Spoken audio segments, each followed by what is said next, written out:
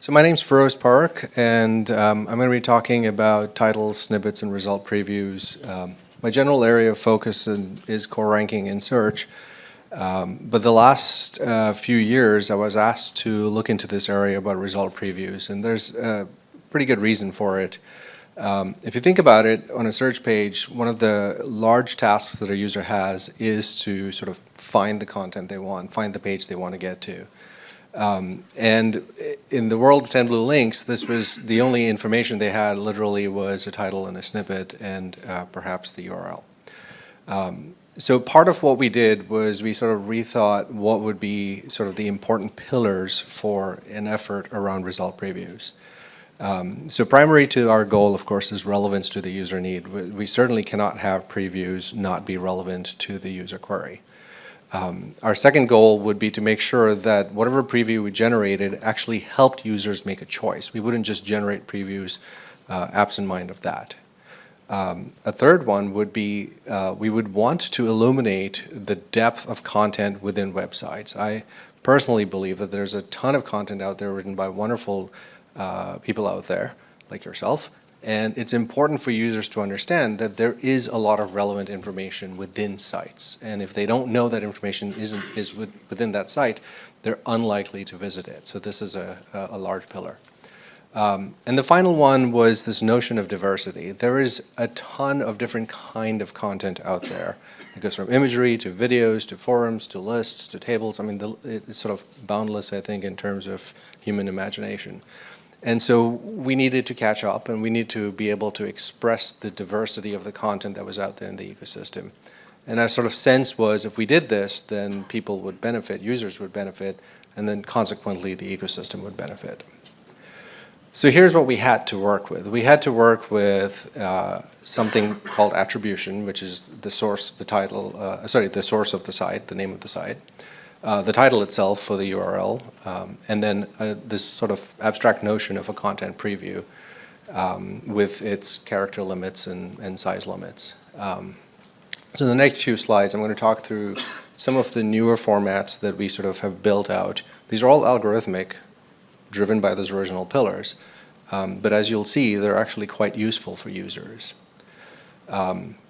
We were putting a lot of effort. It's not that the previews themselves were just built without effort. Here's an example of us attempting to change the snippet in response to the query. The very same algorithm that decides that a page is relevant for a query can be used to decide what part of the page should be relevant for the user if they were to choose it. So if you change the query, you can expect your snippet to change, and you can expect the user to read that to understand if that page indeed is relevant for them or not.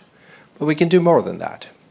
So an example, one of the things we discovered, I think it was around 2016, 2017, was that images really help users choose between different results. There's often this latent desire. I want to see a particular type of image, or I want to see a particular type of flower, or I'm looking for a particular type of shoe.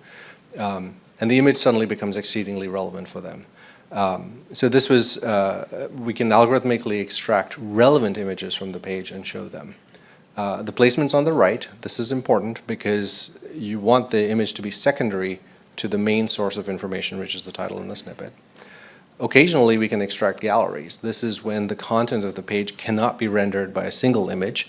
Rather, the user would benefit if they saw a sense of this kind of content, the kind of imagery on the page. And we make sure not to use all the images. There's limits on what fraction is used. And as a consequence, we noticed that users actually would start visiting a greater diversity of sites. So this was sort of a very strong sense. In a strong sense, this helped us understand that this can benefit the ecosystem. Following images, the obvious thing to do is then look at videos, and you can understand similarly that you're going to look for relevant videos. There could be multiple videos on the page, but you're going to look for the relevant one.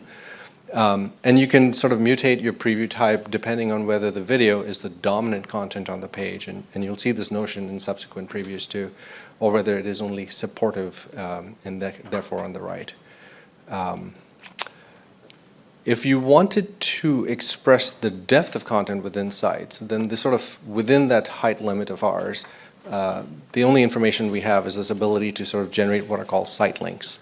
And these are links to pages within your site that we believe are relevant for the user. So if you're looking at a restaurant, then clearly contact, drinks, private events, finding tables. These are all links that can be very useful for users. These are all extracted algorithmically. Occasionally the site structure does help us, and it drives traffic into your site.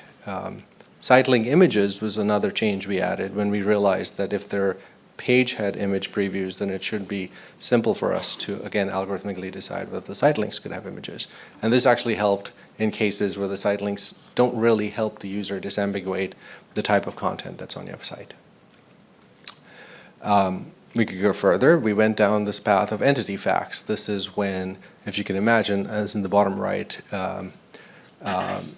if you're, in this case, I think Killen Journey is a